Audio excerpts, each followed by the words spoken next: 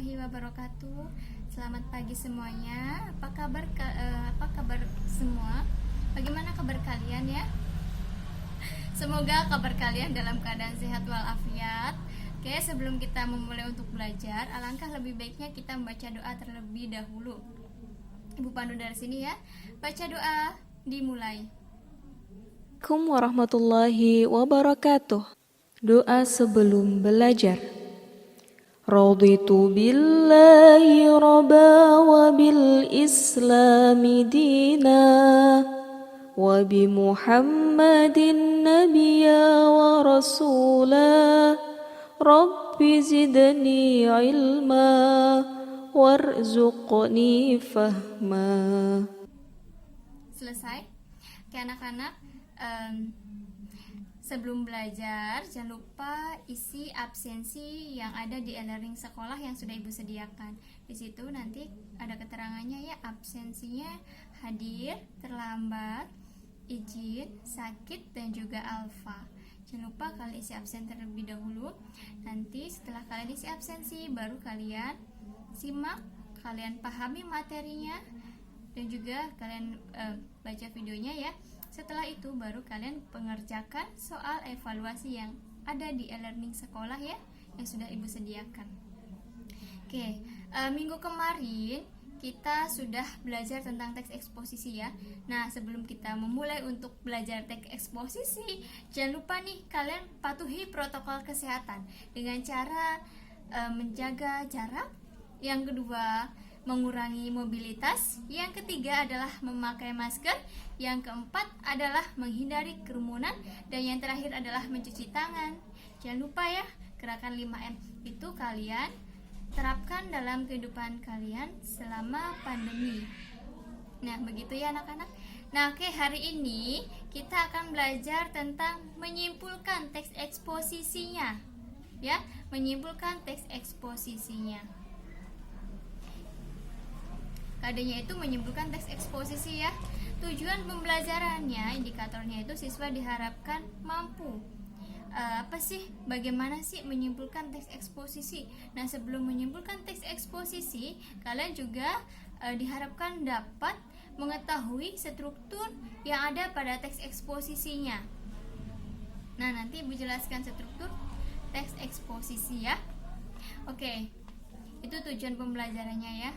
Nah, oke anak-anak, minggu kemarin kita sudah belajar tentang teks eksposisi. Coba, siapa yang masih ingat apa sih yang dimaksud dengan teks eksposisi? Siapa yang masih ingat?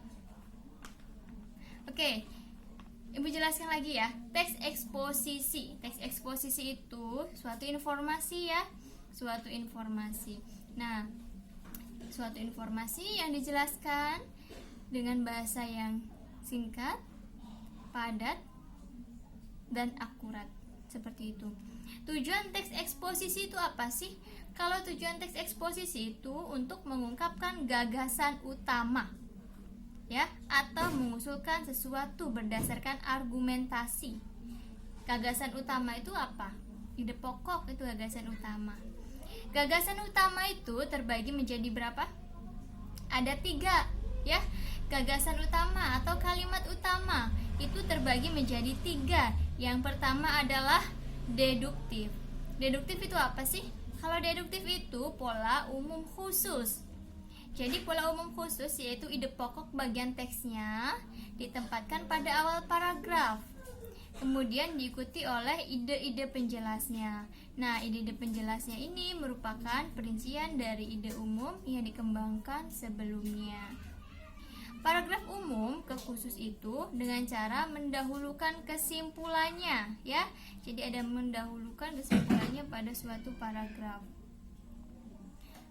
Paragraf umum ke khusus itu disusun dengan cara mendahulukan kesimpulannya pada awal ya, yaitu gagasan utama itu diuraikan atau dijelaskan dengan bukti, fakta, atau contoh melalui gagasan pendukungnya. Itulah yang disebut dengan pola umum khusus atau deduktif. Nah, di sini pola umum khusus yang disebut juga dengan induktif ya nak ya. Yang kedua, induktif itu apa sih? Kalau pola khusus umum menyajikan hal-hal yang bersifat khususnya. khususnya di awal, dan diikuti uraian yang bersifat umum. Bagian akhir berfungsi sebagai simpulan atau rangkumannya dari suatu pendapat-pendapat yang dikemukakan sebelumnya itu. Nah, paragraf umum ke khusus itu disusun dengan cara menguraikan data empirisnya. Ya, data empiris dengan bukti, fakta, atau alasan sebagai gagasan penjelas di awal paragraf. Kemudian diakhiri kesimpulan yang berupa gagasan utamanya. Begitu, itu namanya induktif ya.